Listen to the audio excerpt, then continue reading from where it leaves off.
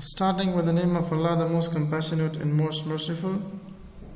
Assalamu alaikum, dear students.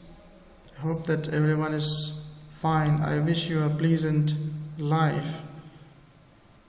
So today I'm going to deliver the next lecture, that is Assessment of Intelligence. That's lecture number 16, subject of psychology. Assessment of Intelligence. ارزیابی استعداد. چطور میتونیم ما ارزیابی کنیم در مختلف افراد.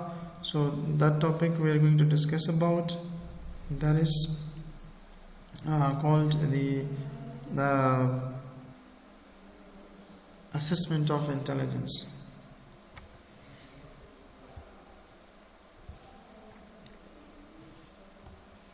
So assessment of intelligence, as you know that there are various tests to assess the intelligence as following: Stanford Binet Intelligence Scale Test, which is also called Binet Test, Universal Nonverbal Intelligence Test, or Individual and Group Test, as well as Wechsler's Adult Intelligence Skills Test, Wechsler's Intelligence Skills for Children's Performance in Nonverbal Test. The same is Woodcock-Johnson 3 tests of cognitive disabilities, and as well as differential ability skills, Peabody Individual Achievement Test. So there is a lot of tests that is being done for the assessment of level of intelligence, that a person knows how much and such person is in which level of understanding. So now the question is here that how is intelligence assessed or tested? Intelligence is measured by either a group or individually administered test. Individual test of IQ test administered on one-to-one basis by psychologists are the preferred way to measure the intelligence. It means that we can measure the level of intelligence mostly either as a group or individually, but mostly individual intelligence tests are more preferred by the psychologists. So we can say that we can assess or test the level of intelligence of a person either individually or as a group. Now the second question is, what do intelligence tests measure? It means if you are measuring or testing someone, so what do we test or what do we measure? What do we assess? There are different kinds of intelligence tests, but many involve a series of subsets that are designed to measure mathematical abilities, language skills abilities, memory and reasoning skills abilities, and information processing speeds. So score on these subtests are then combined to form an overall IQ score. It means we do it assessment for many reasons, either for mathematical, for language, for memory, and for many other reasons. So what is the most widely used method? Because there is a lot of intelligence assessment tests, but what are the most widely used tests? So the most widely used intelligence tests include the Stanford Binet Intelligence Test, the first one. This is the most widely Binet test. Stanford Binet Test is the name of psychologists who have done this test. So intelligence skill test, intelligence skill in the Wechsler skills. I mean that this one, these two are the main important, most widely used intelligence tests. The Stanford Binet, this person is the American adaptation of the original French, but belongs to the French originally.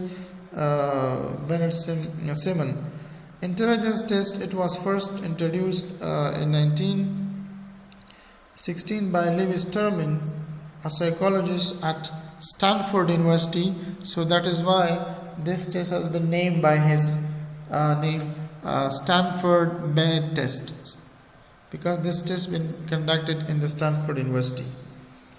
Now why do we use intelligence tests? For what reason we are using these tests؟ به چه خاطر ما از این تستا یا از این ارزیابی های وقتی که استعداد را ارزیابی میکنیم استفاده میکنیم؟ why؟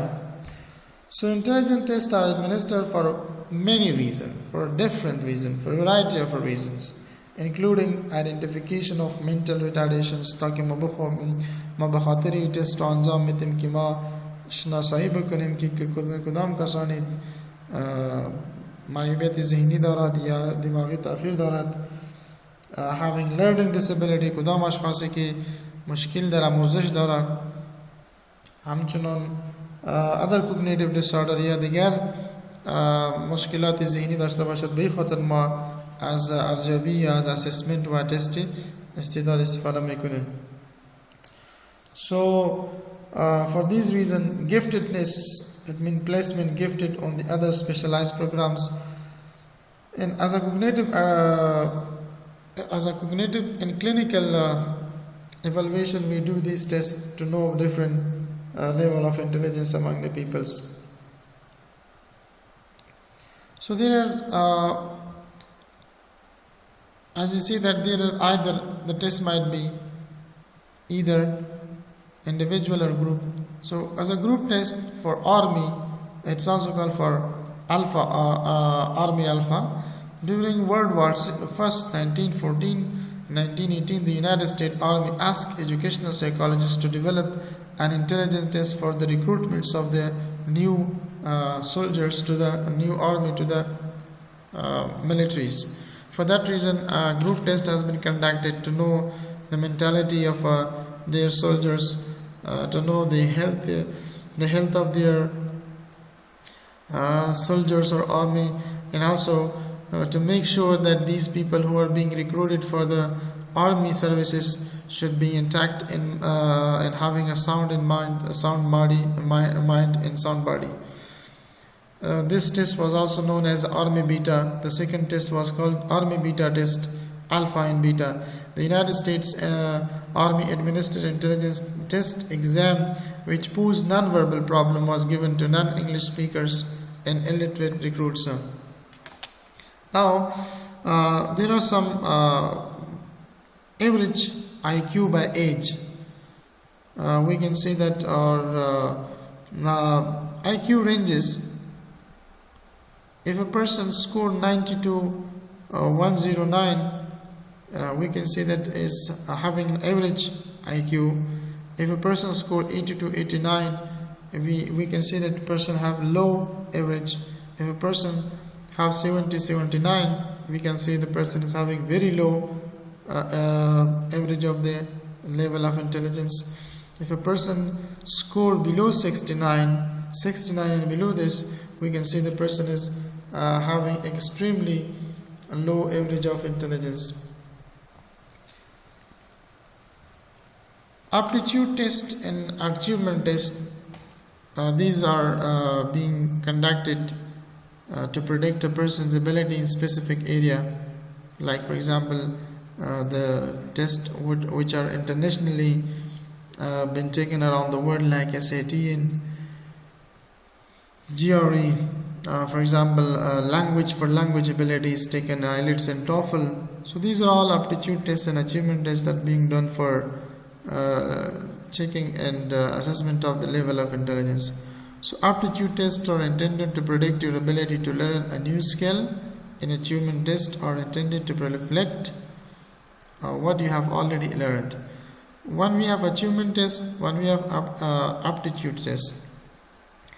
Aptitude test is for your futures. It's a predictability of your future ability, that what you can learn. But achievement is what you have already learned. We have been assessing that one, whether you have learned it or not, whether you are intelligent in such specific area or not. But this is another type of intelligence that is being conducted for the assessment of intelligence. Achievement tests determine the specific level of knowledge in an area. For example, what you have done in class 12 or A level or FSC level.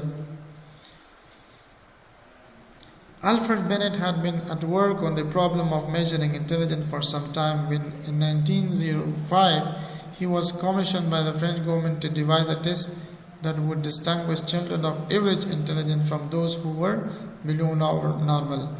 Binet, who was a French psychologist, has been commissioned and has been recruited just to separate the mentally retarded school children from those who are healthy. So he was given this responsibility to assess the level of intelligence of a person.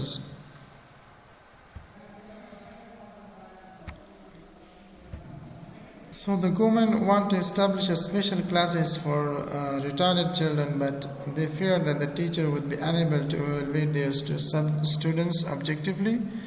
Thus, the Ministry of Education called on Binet to develop an objective assessment procedure. Binet and his collaborator Simon responded with 30 question tests in the order from easiest to most difficult question that become the forerunner of all modern tests of intelligence. The Binet and Simon test successfully distinguished the retarded children from normal students, from normal children. So this, from the side of this French government, they were commissioned to conduct a long-range objective assessment procedure test in order to separate, to make sure that mentally retarded students or children are separated from those who are not mentally retarded. Those who are mentally retarded, for them, separate schools in a separate curriculums and teachers are being implied in order to support them in just to get them rid of this problem of mental retardation. While those who are not mentally retarded, they should be separated in order to go ahead and proceed with their studies to achieve their own targets. For that reason, the Binet and Simon, these were the two psychologists who collaboratively worked with each other, and they effectively conducted a test in which they prepared 30 questions that started from very simple to moderate and finally to the tough questions. And based on these criteria, these three tough questions, they understood that who are mentally retarded, who are not. If those who are mentally retarded, they were separated from those who were not, and they started a separate education which is called special schools for learning. They were called a special center for learning, in which mentally retarded people are studying separately from those who are not mentally retarded. So for that reason, this test is called Binet and Simon test. They were checking the IQ level of their students. So the mental age and IQ, as Binet and Simon revised their tests, they began to learn about average performance of children of different ages through repeated revision of their test. Binet and Simon eventually were able to classify questions according to age level ranging from 3 to 13. Mental age and IQ. So, what do you mean by the mental age? هدف mental age يستن مفهوم mental age يعني عمر ذهني مفهوم عمر ذهني. Alfred was a psychologist. His greatest accomplishment in the field of psychology lead to what we now call the intelligence quotient or IQ. So Alfred was the person who developed the IQ test for the first time. He developed a test to measure the mental age of a children entering school. Mental age refers to child current ability compared to other children of different ages. In the other words, if a child responds to question about the same correctness as an 8-year-old, the child would be said to have a mental age of 8. In Alfred Binet yakas از جمله روانشناسا بودن که تستی منتل IQ را تشخیص کرد، پیدا کرد، اختراع کرد و مفهوم عمری ذهنی یک طفل از عمر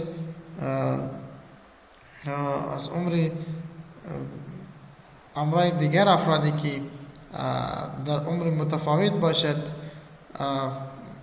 این تفکیک می‌کردند که عمر ذهنی یک فرد چقدر است ولی عمر اصلی یک فرد یک عمر ذهنی است یک عمر اصلی است.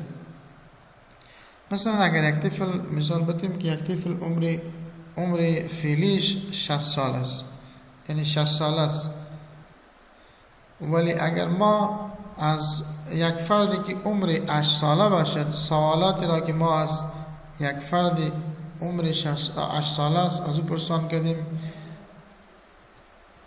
اما سوالات ما از یک نفری که عمرش 60 سال باشد از او پرسان بکنیم و برای ما مکملا جواب به شکل درست بده، پس ما میگیم که این فرد عمر 60 سال است ولی عمر ذهنی است که از 8 سال است، به خاطر اینکه سوالاتی که جوابات داد او یک نفری که عمرش 8 ساله بود او جواب داده بود. مثلا عمر ذهنیش متفاوت است از عمر اصلیش. این را ما میگیم mental age. Or we are defining that mental age is a measure of their ability to think when compared to average person ability at that age. For example, Ahmad is 25, he has a mental age of 6. خودش عمرش مثلا عمری اصلیش 25 سال است ولی عمر ذهنیش که است او 60 سال است، یعنی 60 ساله، یعنی یک طفلی که عمر 60 ساله داشته باشد اما فکر در یک فردی که عمرش 25 سال است، یعنی عمر اصلیش متفاوت تر است نظر به عمر ذهنیش. اینجا یک فرموله است که فرموله توسط این فرموله ما اما IQ لیولش یک نفر که معلوم میکنیم، استعداد یک نفر که معلوم میکنیم توسط این فرموله هر چیزی که نتیجهش برآمد اونمو IQ لیول یا اندازه استعداد ما شما میشه. Formula of IQ which has been invented by Wilhelm Stern. Mental age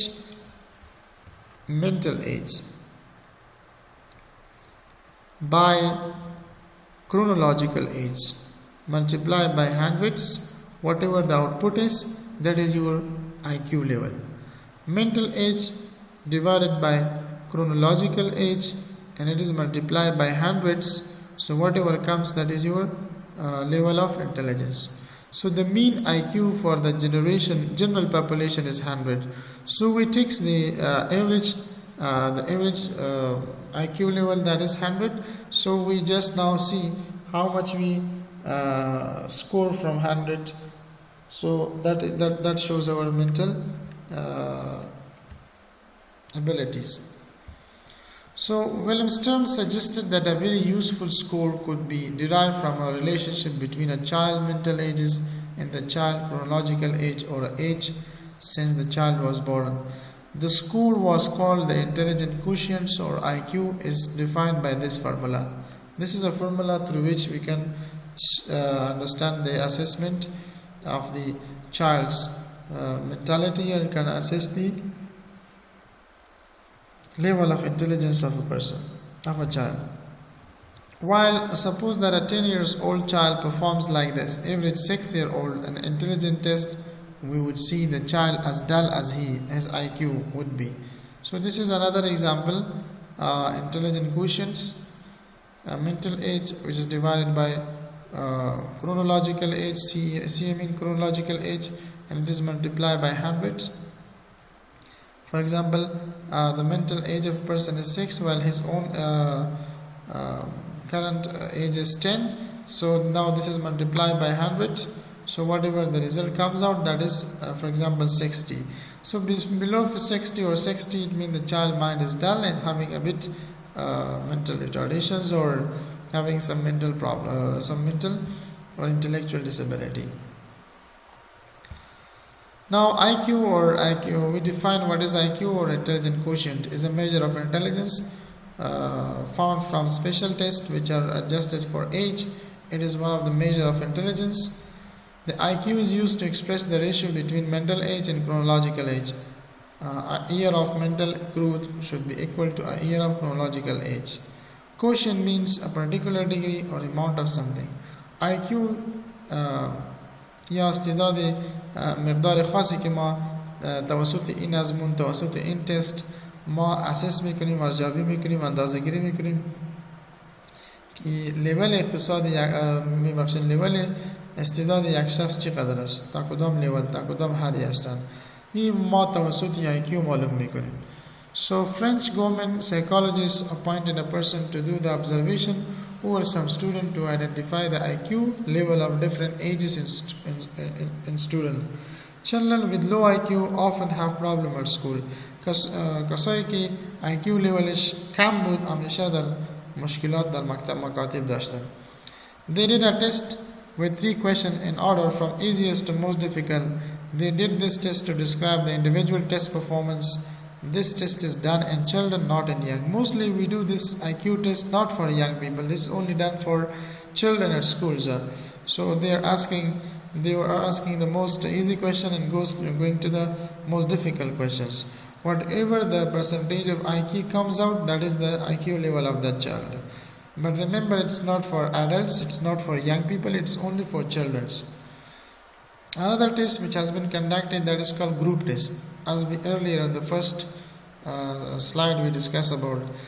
These tests are used primarily for screening larger group of people for some educational or vocational purposes. Industry and educations are the 2 major users of group tests. Group tests usually require people to read, to follow instruction, to solve problem of logic, reasoning, mathematics, or special skills being tested in the group test. And these people are being recruited in many of the educational or for vocational purpose, and even for business and industries. We do the group test to see the level of their intelligence. So the first group intelligence test was Army Alpha, developed for World War I, after First World War, military inductees in the USA to identify potential officer. The first group intelligence which was been conducted by the US Army after the First World War, to when many of them were lost their lives, so they were recruiting the new one. After that, they conducted a test: who is normal, who is abnormal. The Army Alpha, which consists of items involving analogs, arithmetic problems, number series, completions, synonyms and antonyms, digits and bold, information and practical judgment, laid the groundwork for a group test of intelligence and academic aptitudes. So these sort of all the testing measures that they were asking the questions, and they were testing these measures in a person's when they were recruiting the new army to the militia. So for that reason, such kind of tests have been conducted in military. So there are a lot of various tests, but these tests are, once again can tell you that being given or being tested for reason to see the level of intelligence, that how much a person know, how much a person doesn't know. These all tests are being conducted to know the mental retardation, whether the person is mentally retarded or not. These tests are being conducted just to know the mental disability of persons. So these tests are done for this reason. Hope that you have got something, though it is online classes, so you might have been facing some problem while hearing to the lecture. If you would have been in class now and we have put some practical example on the board how to evaluate the level of intelligence of a person, then we could better understand each other. But anyhow, once the situation comes to the normal, we might do some test of intelligence and you will understand it better. Till then, Allah Hafiz, wish you all the best. I'm glad to hear from you that you are healthy.